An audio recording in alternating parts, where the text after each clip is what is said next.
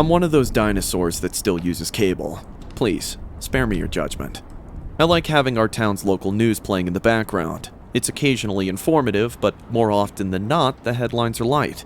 In such an eventful and politically charged time, it's nice to give my brain a break by switching to a channel where half of the stories are about old animals celebrating their birthdays, traffic in the area, and upcoming fireworks celebrations. Tonight, for the most part, hadn't been much different.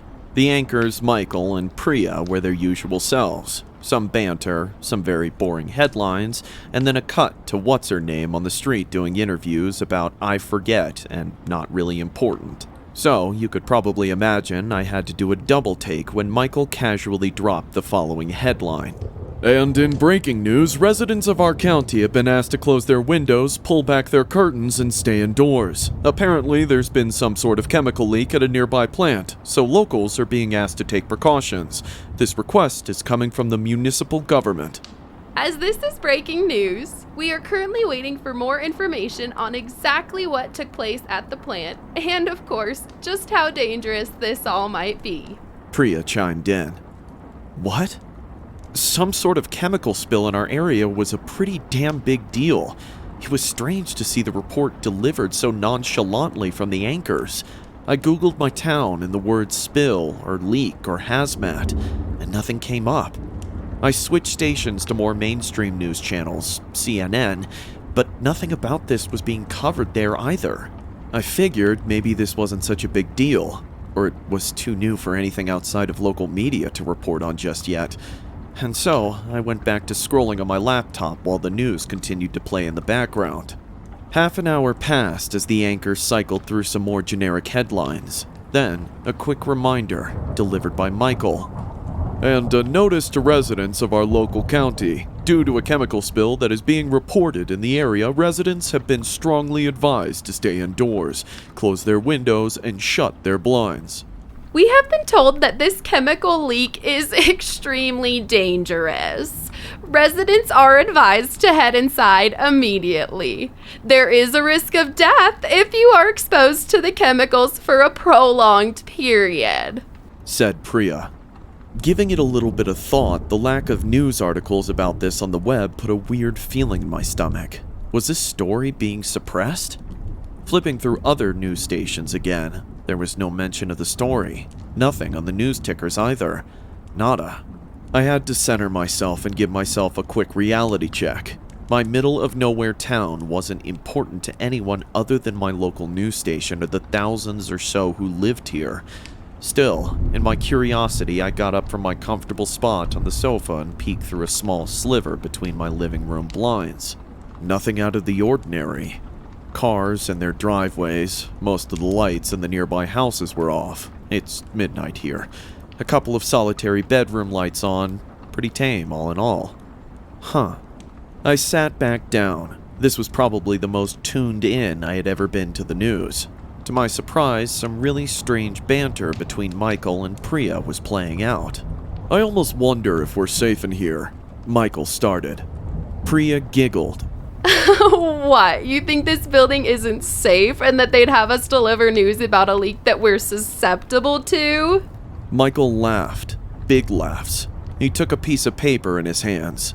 I heard, he said, still laughing. I heard it was actually a spill from a train, not a power plant. Is that so? Laughed Priya. She wiped a tear from her eyes. Oh, I'm sorry. I'm sorry, guys. We gotta find the levity. Gotta find the levity, Michael echoed. Gotta find the levity, especially in stressful moments like this. Hope you're all staying safe, indoors, curtains closed, windows locked. Remember, this is breaking news. You're hearing this here first, said Priya. Stay inside and stay safe, tagged Michael, pointing to the camera. We'll give you more details as they come in. They're saying it's from a train now? I peeked outside again. Strange. Most of the lights were off, but some of my neighbors' cars were missing. I saw a family only a few houses down loading into their car and immediately driving off. Was it safer to leave town? Didn't they just get exposed to the chemicals? It was hard not to ruminate. Hard not to keep Googling, switching to other news stations, texting my only close friend who lived in the area. No updates. Nothing of substance. Back to the local news. They were covering another story of little importance. My eyes lazily lowered to the news ticker at the bottom of the screen. Between headlines about boring local news happenings and Ariana Grande for some reason, I saw the following line. They are lying. Run now. Almost as immediately as I saw it, it was scrubbed, like it had never been there in the first place. Did I imagine that? Before I could ruminate, Priya got up from her desk. "And Priya's wrapping for the evening," proclaimed Michael. I'm done for the evening, She affirmed, and she walked off set. Michael sat there smiling at the camera. This continued uninterrupted for, I shit you not, 30 seconds.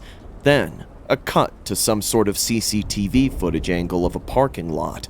It continued for a few seconds, until Priya walked into frame, pressed a button on her keys, and opened the door to her car. Then, another cut. A poor quality zoom in on the moon. Not a full moon, mind you. It was partially obscured. I think the stage is called waxing gibbous. Waning gibbous, maybe. Doesn't matter. 30 seconds of this. A shaky camera, and then another cut. The camera was back at the parking lot. Priya and her car were gone. All of the cars in the parking lot were gone, actually. And then, we were back with Michael. What the fuck? Michael went to the next story. "Coming up next, this former circus bear is celebrating his 18th birthday. Only this time, this birthday comes with a dash of newfound freedom. We'll show you the heartwarming story of Binky and how he's enjoying his new life in the sun." Michael chuckled as he delivered this headline before the channel went to commercials. Fresh off another unsuccessful Google search, I parted my blinds and looked outside once again. Nearly all the cars in my vicinity were gone. What the fuck was happening? The noise from the TV transitioned back to the distinctive tones of the local news channel. That must have been like a 10-second commercial break. "Thank you for joining us this evening. This is Michael signing off. Bye-bye now. Stay indoors. Stay safe. Close your windows. Inside now, alright?"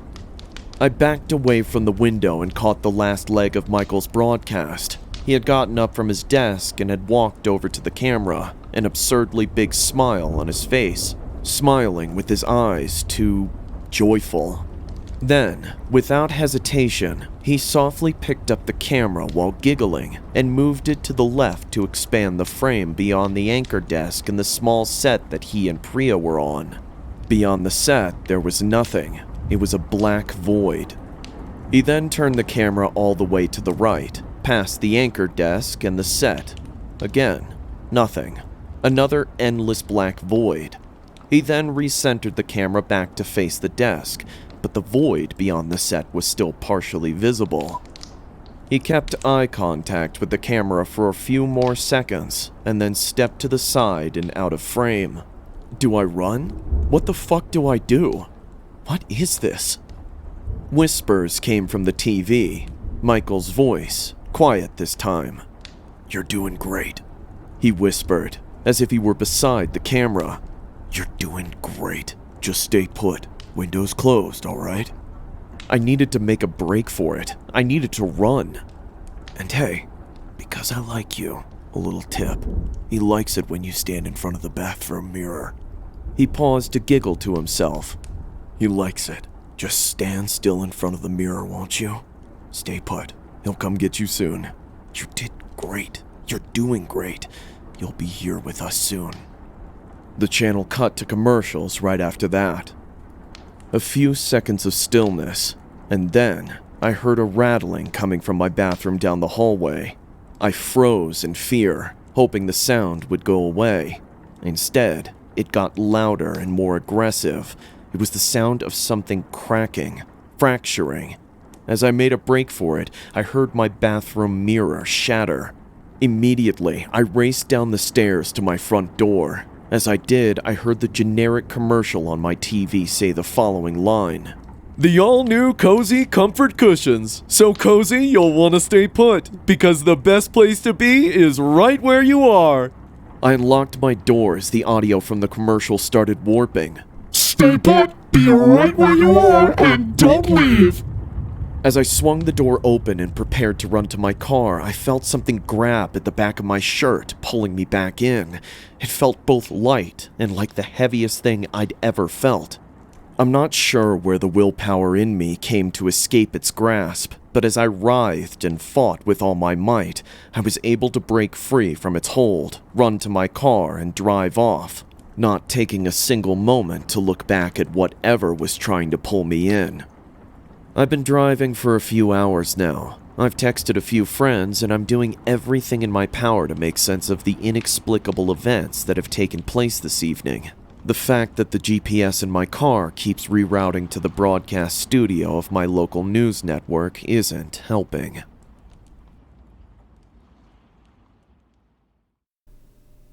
Go! Continue! Oh my God. I'm done!